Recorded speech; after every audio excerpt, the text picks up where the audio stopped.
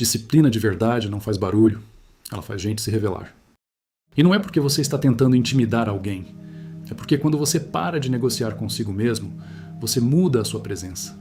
Você vira aquela pessoa que aparece todo dia, faz o básico, melhora um pouco, mantém o curso, sem anúncio, sem drama, sem prometer agora vai.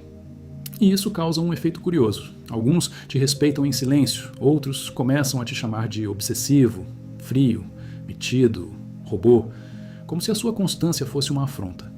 E se você já viveu isso, talvez tenha sentido a dúvida: será que estou exagerando? Só que muitas vezes não é exagero, é contraste.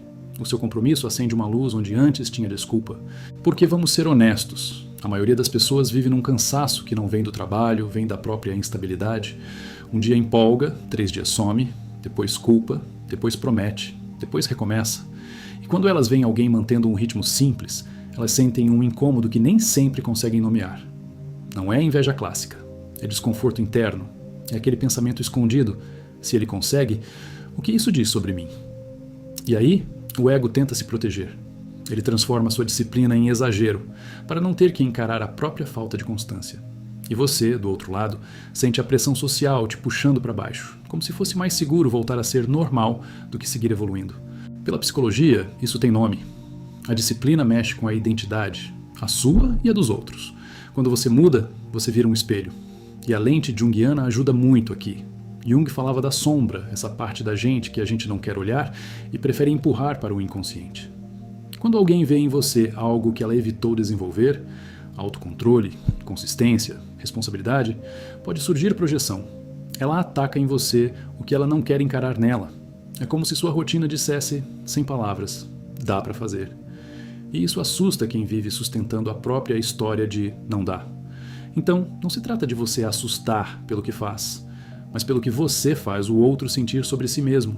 Os estoicos olhariam para isso com uma calma firme. Epicteto lembraria: você não controla a opinião dos outros, você controla a sua conduta. Marco Aurélio diria que a melhor resposta para o ruído é continuar fazendo o que é correto sem depender de aplauso. E Sêneca bateria num ponto essencial: disciplina não é dureza contra você, é lealdade a você. O estoicismo não te manda virar insensível, ele te manda parar de viver refém de aprovação. Porque quando você muda de verdade, sempre vai existir algum barulho. A pergunta é: você vai trocar sua direção pela paz falsa de agradar todo mundo? Então aqui vai a parte prática, simples e poderosa. Escolha uma rotina mínima de 7 dias que seja impossível de discutir com você mesmo. Pequena, mas diária. 10 minutos de leitura, 15 de treino, 20 de estudo, uma tarefa por dia.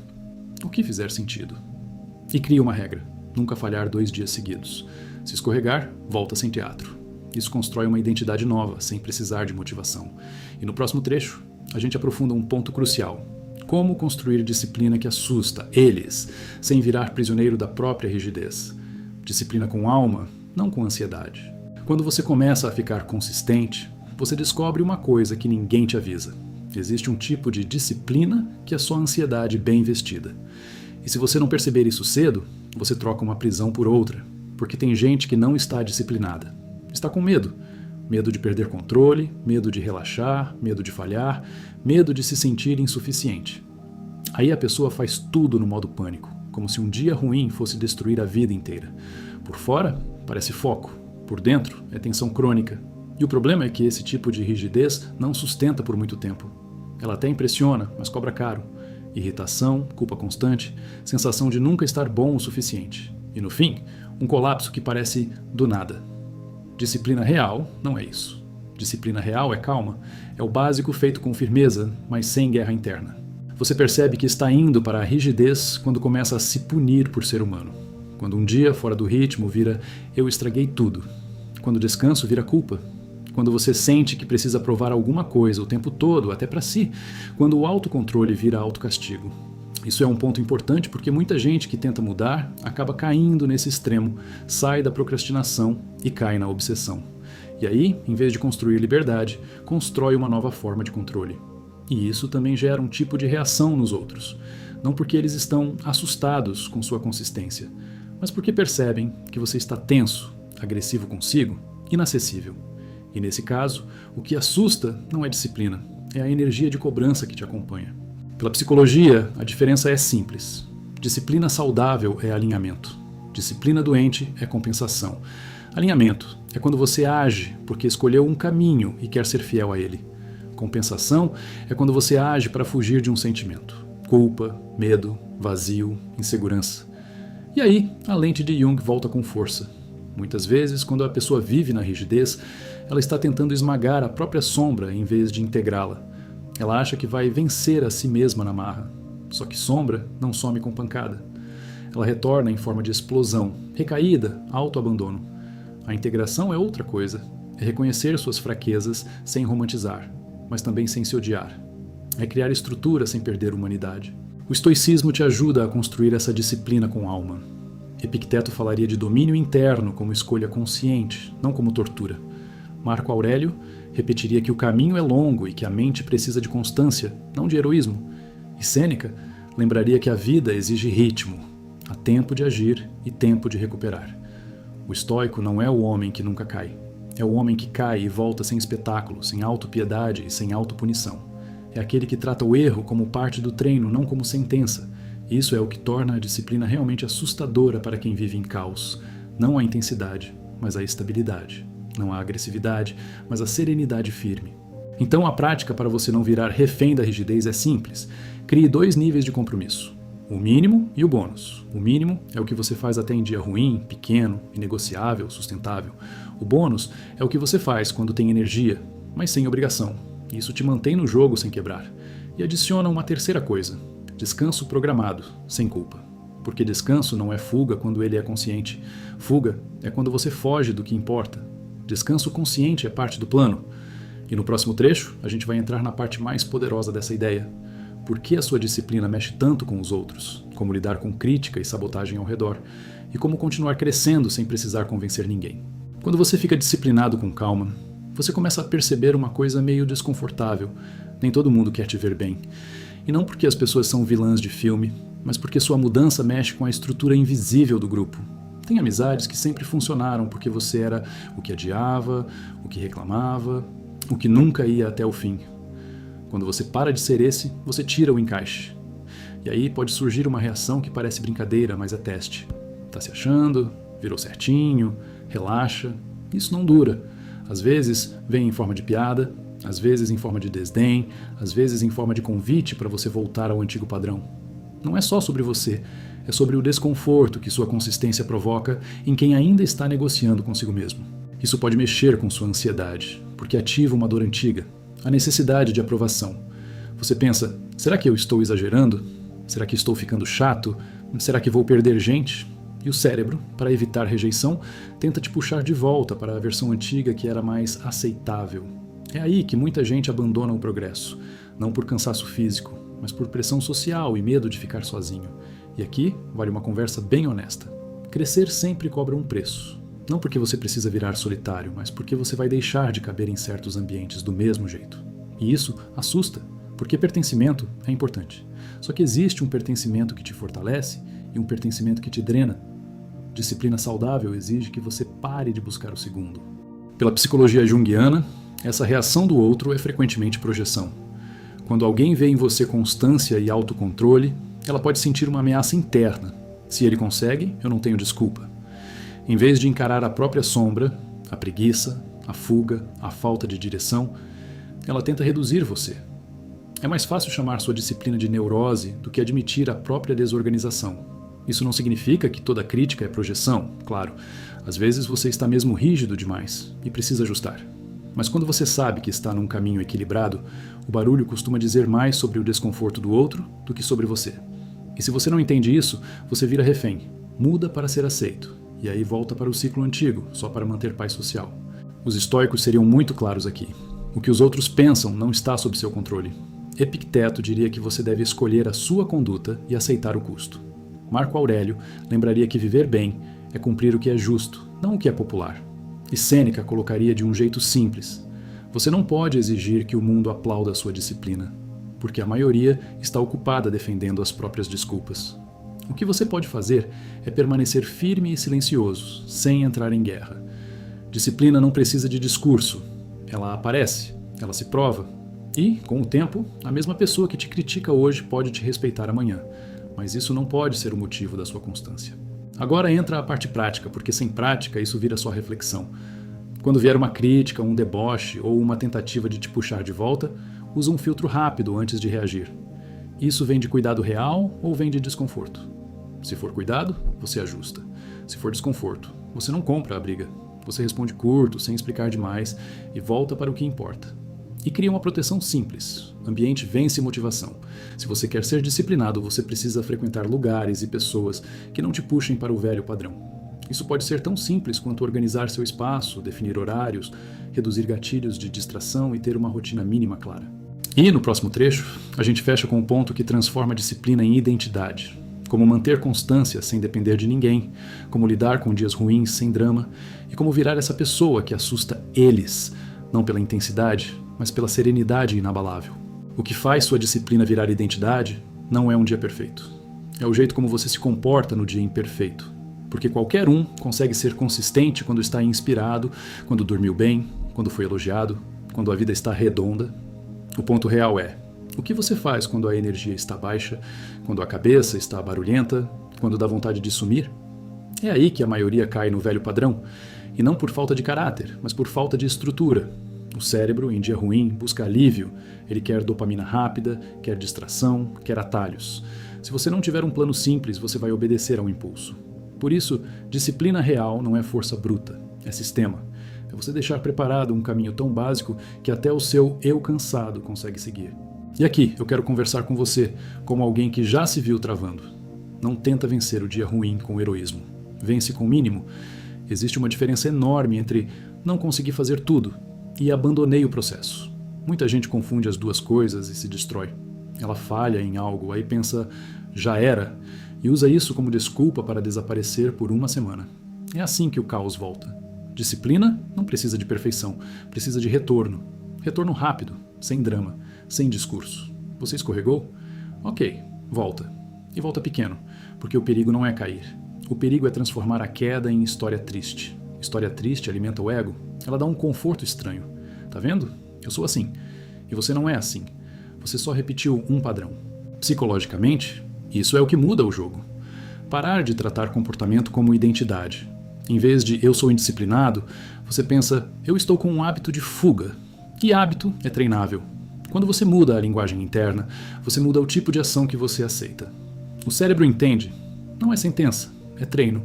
E quando é treino, você não precisa se odiar para melhorar. Você só precisa repetir o básico o suficiente para criar nova evidência. É assim que a disciplina vira algo que parece natural. Não é dom, é repetição, e é por isso que, com o tempo, você começa a assustar as pessoas, porque elas veem você fazendo o que prometeu sem precisar de motivação externa, sem precisar de cobrança, sem precisar de alguém te empurrando. Você virou seu próprio chão. O estoicismo chama isso de domínio interno. Epicteto diria que liberdade é não ser arrastado pela primeira vontade. Marco Aurélio diria que seu trabalho é governar a própria mente, não o mundo. E Sêneca lembraria que a constância é um tipo de riqueza rara, porque quase todo mundo está quebrado por dentro, oscilando entre exagero e abandono. Quando você escolhe o mínimo inegociável, você se torna estável. E estabilidade é o que muda a sua vida inteira, porque estabilidade permite construir. Construir melhora a autoestima. Autoestima melhora a coragem. Coragem melhora a consistência. E o ciclo finalmente vira a seu favor. Então aqui vai um modelo prático para você aplicar sem complicar. Tenha 3 versões do seu dia. Dia forte, dia normal, dia fraco. No dia forte, você faz o bônus. No dia normal, você faz o padrão. No dia fraco, você faz só o mínimo. Mas faz. E sua regra de ouro continua. Nunca falhar 2 dias seguidos. Isso evita o retorno ao caos. Junto disso, crie um ritual de início de 2 minutos. Arrumar a mesa, abrir o caderno, colocar o tênis, respirar e começar. O cérebro precisa de um gatilho simples para entrar no modo ação. E no próximo trecho, a gente amarra tudo em cima, do jeito mais direto possível. Como manter disciplina sem virar rígido, como atravessar críticas e tentações sem se explicar, e como transformar isso numa decisão que o espectador sente no peito. Porque disciplina, quando vira serenidade firme, não é só hábito, é poder. Tem uma hora em que você entende uma coisa muito simples, quase óbvia, mas que muda tudo. Disciplina não é virar uma máquina. É parar de voltar para o mesmo lugar que te faz mal. Porque o caos, no início, parece até confortável. Ele te dá uma desculpa pronta, te dá assim, a sensação de pelo menos eu não estou me cobrando. Te dá um alívio rápido. Só que esse alívio sempre cobra depois. Cobra em forma de ansiedade, de culpa, de cansaço mental, daquela sensação amarga de eu estou sempre recomeçando. E quando você passa tempo demais nesse ciclo, você começa a perceber que disciplina, no fundo, não é castigo, é cuidado. É você se tratando com respeito suficiente para não se abandonar só porque o dia foi difícil. É você dizendo, eu não preciso estar bem para continuar, eu só preciso continuar para ficar bem. E é engraçado como a fuga quase nunca aparece com a cara de fuga. Ela aparece com a cara de justificativa bonita. Só hoje. Só hoje eu mereço. Só hoje eu tô cansado. Só hoje eu não tô no clima. E olha, às vezes você realmente está cansado. Às vezes você realmente precisa descansar. Isso é humano. O ponto não é virar um fiscal cruel de si mesmo. O ponto é perceber quando esse só hoje virou o seu jeito de desaparecer. Porque descanso de verdade te recupera e te devolve mais inteiro. Fuga só te apaga por um tempo e te devolve pior, com a cabeça mais pesada e a vida mais atrasada. E você sabe a diferença quando para olhar com honestidade. Descanso tem limite, tem começo e fim, tem consciência. Fuga não tem, ela vai levando você. Quando você vê, passou uma hora, passou um dia, passou uma semana, e você volta com a mesma frustração de sempre. E aqui entra uma parte bem humana que pouca gente aceita. Você não precisa ter um dia perfeito para continuar. Você só precisa não se abandonar por completo. Tem dias em que você não vai render, tem dias em que a cabeça está barulhenta, o corpo está lento, a vida está puxada, e a última coisa que você precisa é se punir por ser gente. Se você exigir desempenho alto nesses dias, você vai se odiar e vai desistir. Agora, se você fizer o mínimo mesmo, você mantém o fio do processo. E esse fio é ouro, porque ele constrói confiança. Não aquela confiança de eu sou incrível, mas a confiança mais rara. Eu posso contar comigo. E quando você começa a confiar em você desse jeito, você para de ter medo de recomeçar. Porque recomeçar deixa de ser um drama e vira só um ajuste. A maioria das pessoas não perde por fazer pouco, perde porque some. Os estoicos, se estivessem aqui com a gente, provavelmente não fariam um discurso bonito. Eles seriam bem diretos e bem práticos. Epicteto falaria algo como, não entregue sua vida ao impulso, porque impulso é curto e caro. Marco Aurélio lembraria que o que você controla é a sua escolha, não o humor do dia, não o que aconteceu, não a energia que você acordou sentindo. E Sêneca diria que a distração rouba mais vida do que qualquer inimigo visível, porque ela te faz gastar anos sem perceber.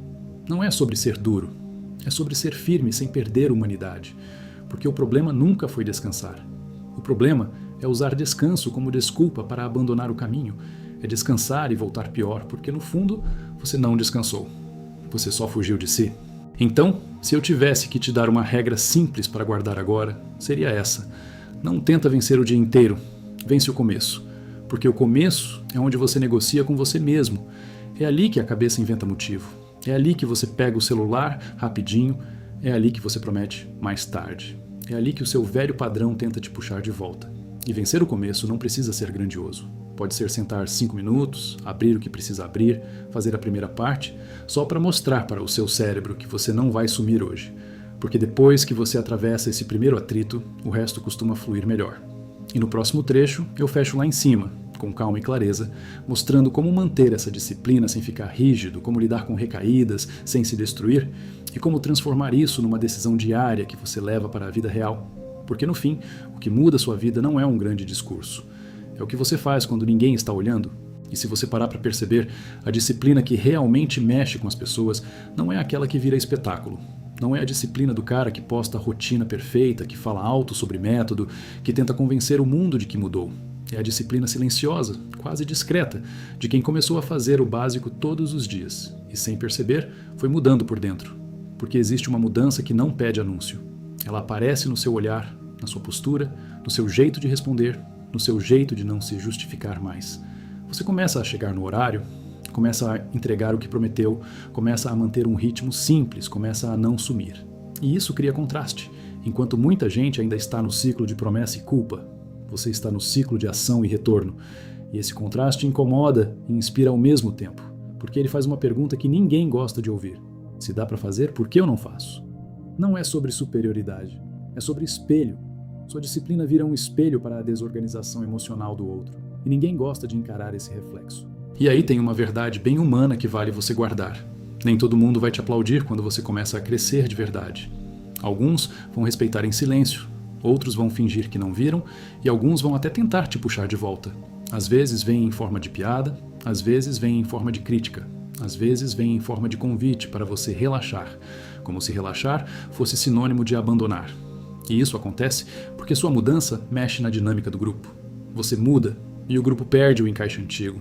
E se você sempre foi a pessoa que adiava, que reclamava, que estava quase, sua constância tira a desculpa do ambiente. Por isso, se você estiver esperando validação para continuar, você vai parar na primeira resistência. Mas se você entender que o seu compromisso é com a sua vida, e não com o conforto emocional dos outros, você atravessa esse barulho como quem atravessa vento. Sente, mas não muda de direção. E com o tempo, acontece uma coisa que ninguém consegue fingir. Você começa a ser respeitado sem pedir, porque respeito não nasce do que você diz, nasce do que você sustenta. O ponto mais importante é que disciplina não precisa ser bonita, ela precisa ser possível. Rotina perfeita é armadilha, porque você faz uma semana e depois desiste, e isso só reforça a sensação de fracasso. O que muda a vida é o básico que você consegue sustentar por meses. É aquele compromisso que cabe num dia bom e também cabe num dia ruim, porque aí você para de depender de motivação, para de depender de clima, para de depender de vontade. Você vira alguém estável, e estabilidade é rara hoje. Estabilidade vira poder. Não um poder de mandar em alguém, mas o poder de não ser mandado pela própria impulsividade. Sua ansiedade começa a baixar, porque você para de se prometer mundos e começa a se entregar pequenos passos. E esses pequenos passos, quando repetidos, viram identidade. Você olha para trás e percebe: eu não virei outra pessoa do nada, eu só parei de sumir. E é isso que assusta. Não a intensidade, mas a constância. Então eu quero deixar uma decisão prática na sua mão, algo simples o suficiente para você realmente fazer, sem precisar de euforia e sem precisar de um momento perfeito. Escolhe uma única coisa que você vai fazer todos os dias por 7 dias. Pequena, real, inegociável. Pode ser 10 minutos de leitura, 15 de treino, 20 de estudo, uma tarefa que você vive empurrando, uma prática curta que fortalece sua mente. E faz um acordo consigo. Você não vai negociar com a primeira desculpa que aparecer. Se o dia estiver ruim, você faz o mínimo. Se estiver bom, você faz mais. Mas você não some, porque o que te mantém preso não é a falta de capacidade, é o hábito de desaparecer. E toda vez que você sentir vontade de desaparecer, lembra disso. Seu futuro não precisa da sua perfeição. Ele precisa da sua presença repetida. Agora, se esse vídeo te atingiu de verdade, eu não quero um comentário qualquer. Eu quero um compromisso público, simples e direto. Comenta aqui embaixo: eu não vou sumir. Como quem corta um ciclo antigo e decide construir outro. Deixa o like para esse conteúdo alcançar mais gente que está vivendo o mesmo padrão e nem sabe explicar porquê. E se inscreve no canal, porque os próximos vídeos vão te ajudar a construir foco, disciplina e mentalidade forte sem truque e sem promessa vazia. Só com o que funciona na vida real, quando ninguém está olhando. Por hoje é isso. Nos vemos no próximo vídeo.